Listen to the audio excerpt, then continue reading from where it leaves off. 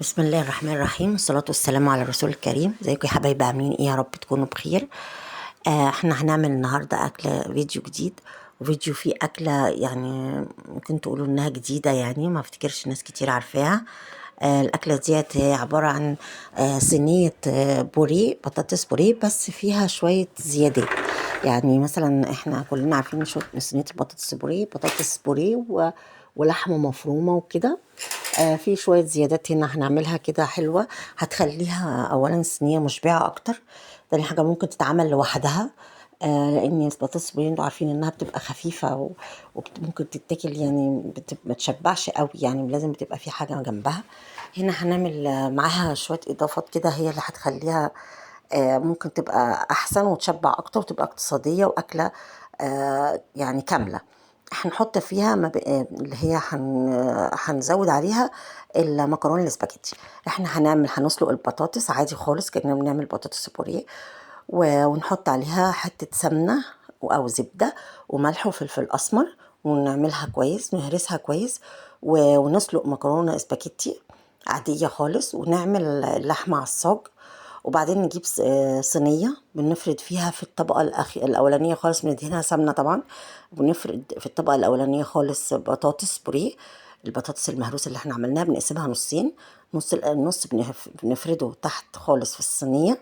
وبعدين برضو المكرونة بنحط عليها حتة سمنة وشوية ملح وفلفل أسمر، ونقلبها كويس، وبرضو نقسمها نصين.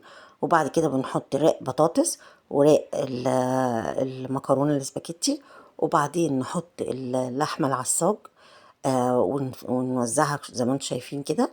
وبعدين نحط عليها تاني رق مكرونة، وبعد كده نوزعها كويس قوي، نغطي بيها اللحمة المفرومة.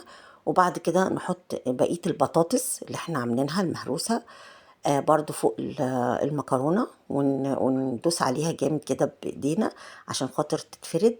وطبعا احنا بناخد حتة حتة ونفردها على المكرونة زي ما انتم شايفين كده. وبعد كده في الاخر خالص احنا بنحط فوق الوش، ممكن ترشي بقسماط، وممكن تحطي بس حتة السمنة كده، وهي اصلا البطاطس فيها سمنة، بس ممكن تزودي حتة سمنة كده على الوش.